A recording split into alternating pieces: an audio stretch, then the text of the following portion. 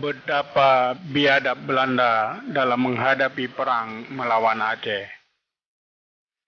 Sampai kemana buasnya orang secara tepat dilukiskan oleh sebuah tanda kenangan yang dipajangkan di beranda belakang Rumah Sakit Tentara Pantai Perak di Kutaraja tahun 1897.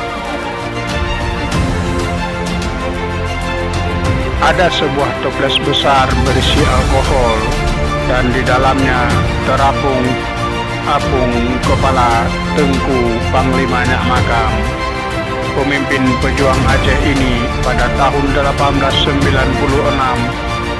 kedapatan sakit parah di kampungnya di Lamnga, sedikit di luar lini konsentrasi Belanda. Maka dia diletakkan di atas tandu dan bersama dengan keluarganya dihadapkan pada Komandan Letnan Kolonel Suter. Perwira ini menyuruh melemparnya dari tandu serta diperintahkan agar ditembak di tempat di hadapan istri dan anak-anaknya.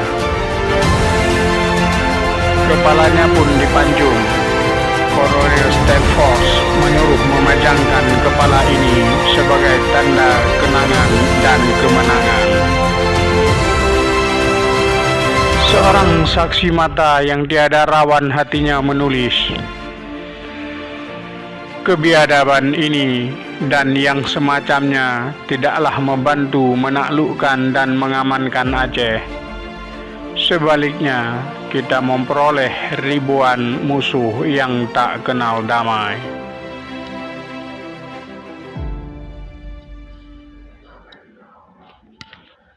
Sungguh, Belanda bangsa yang biadab dan amoral. Kepala Tengku Panglima Nyak Makam dipancung dalam keadaan invalid. Hal itu hanya bisa dilakukan oleh seorang pengecut.